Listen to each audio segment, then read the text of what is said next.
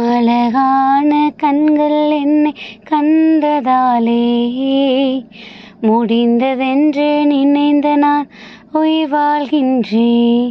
யாரும் அறியாத என்னை நன்றாயறிந்து தேடி வந்த நல்ல நேசரே. யாரும் அறியாத என்னை நன்றாயறிந்து தேடி வந்த நல்ல நேசரே. அழகான கண்கள் என்னை கண்டதாலே முடிந்ததென்று நினைந்த நான் உயிர் வாழ்கின்றேன்.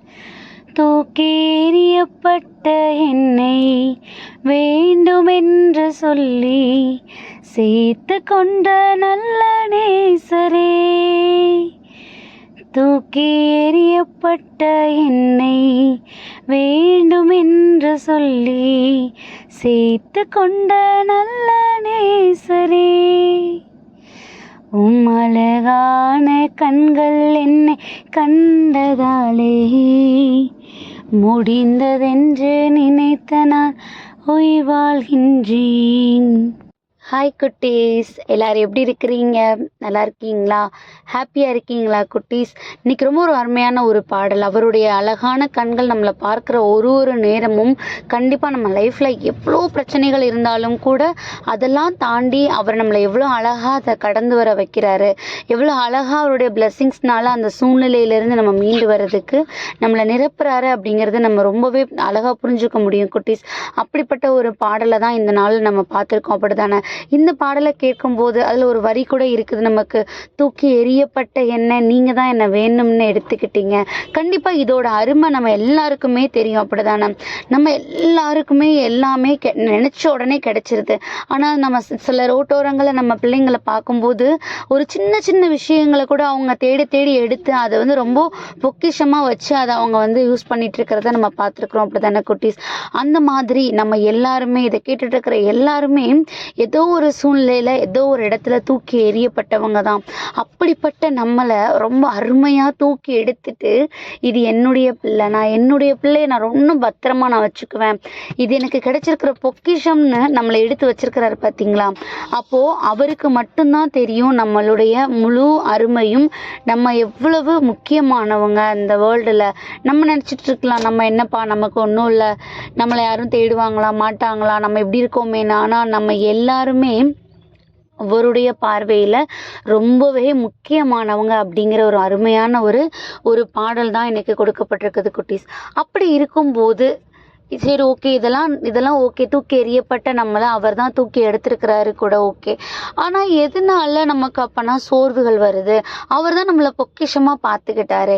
அப்போ பொக்கிஷமாக நம்மளை நினைக்கும் போது நமக்கு எதுக்கு சோர்வு வருது, எதுக்கு சோதனை வருது, எதனால நம்மளால் ஒரு விஷயத்த சந்தோஷமாக கடந்து வர முடிய மாட்டேங்குதுன்னு நமக்கு தோணுது பார்த்தீங்களா?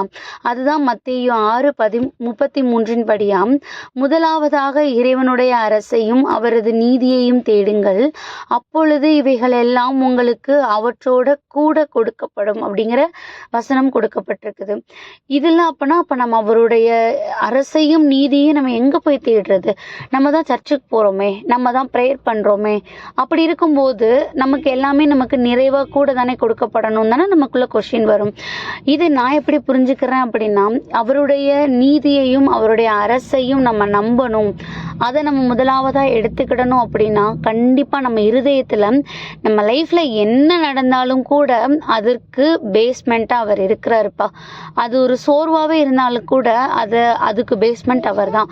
அவர் அதிலிருந்து நம்மளை எப்படியாவது மீண்டு கொண்டு வந்துருவாருங்கிற ஒரு முழு நம்பிக்கை நம்மளிடத்துல இருந்தது.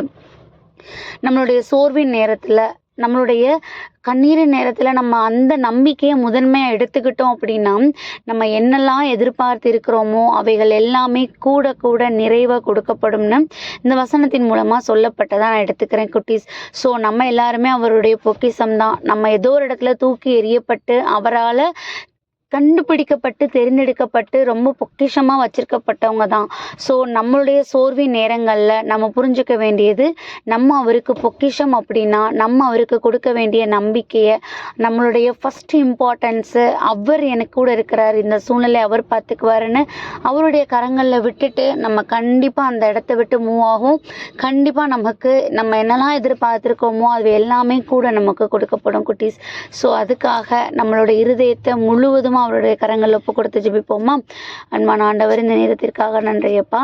தகப்பனே, நீங்கள் இம்மட்டுமா எங்களை பலப்படுத்தினீங்க, இம்மட்டுமா எங்களை பாதுகாத்து வழிநடத்தினீங்க. நீங்கள் முதலாவதாக தேவனுடைய அரசையும் நீதியும் தேடுங்கன்னு சொல்லியிருக்கீங்கப்பா. உம்முடைய வார்த்தைகளில் நாங்கள் நம்பிக்கையாக இருந்து எங்கள் வாழ்க்கையில் அதை பயன்படுத்தி எந்த ஒரு சூழ்நிலையும் உம்முடைய உடனிருப்பினால் நாங்கள் கடந்து வர்றதுக்கு தேவையான ஞானத்தையும் பலனையும் எங்களுக்கு கொடுக்கும்படியாக உம்முடைய கரங்களில் ஒப்பு கொடுக்கிறோம். ஆமீன்.